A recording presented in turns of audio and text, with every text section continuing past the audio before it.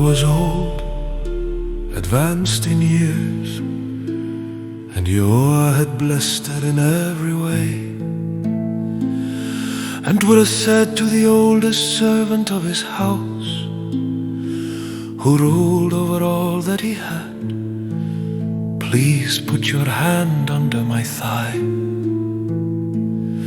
so that I make you swear by Jehovah, the Elohim of the heavens and the Elohim of the earth, that you do not take a wife for my son from the daughters of the Canaanites among whom I dwell, but to go to my land and to my relatives and take a wife for my son Yitzhak. And the servant said to him, what if the woman refuses to follow me to this land? Do I then take your son back to the land from which you came? And Tuli said to him, beware lest you take my son back there.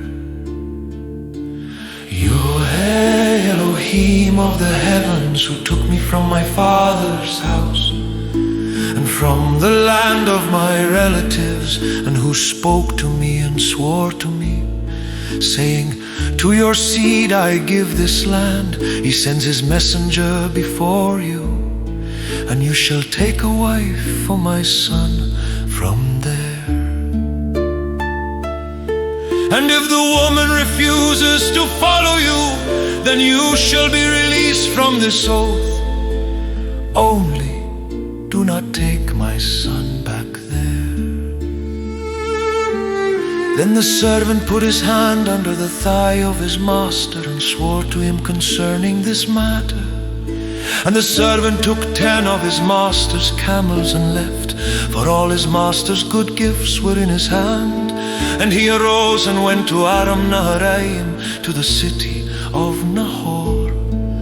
And he made his camels kneel down outside the city by a fountain of water at evening time, the time when women go out to draw water. And he said, Yahweh Elohim of my master, please cause her to meet before me this day, and show loving commitment to my master. See, I am standing here by the fountain of water, and the daughters of the men of the city are coming out to draw water.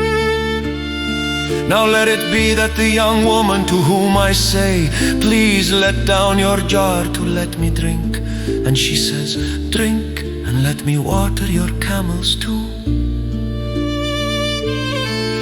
Let her be the one whom you have appointed for your servant Yitzhak, and let me know by this that you have shown loving commitment to my master.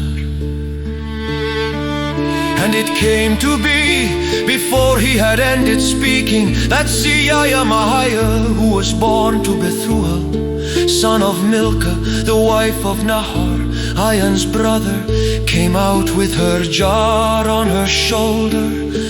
And the young woman was very good looking, a maiden, no man having known her.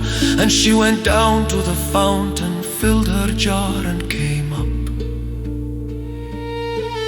And the servant ran to meet her and said, please let me drink a little water from your jar.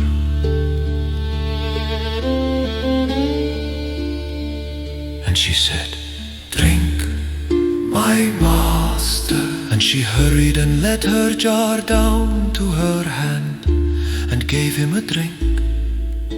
And when she had finished giving him a drink, she said, let me draw water for your camels too, until they have finished drinking.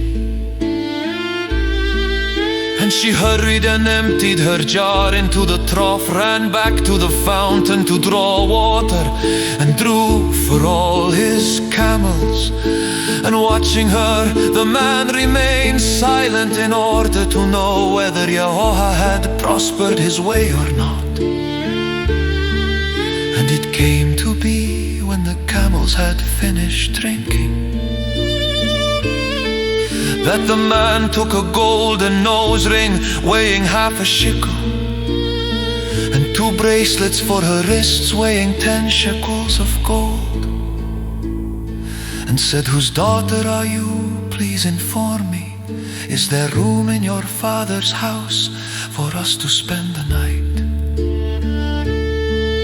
And she said to him, "I am the daughter of Bethuel, Milcah's son, whom she bore to Nahor." And she said to him, "We have both straw and fodder enough, and room to spend the night." And the man bowed down his head and worshipped.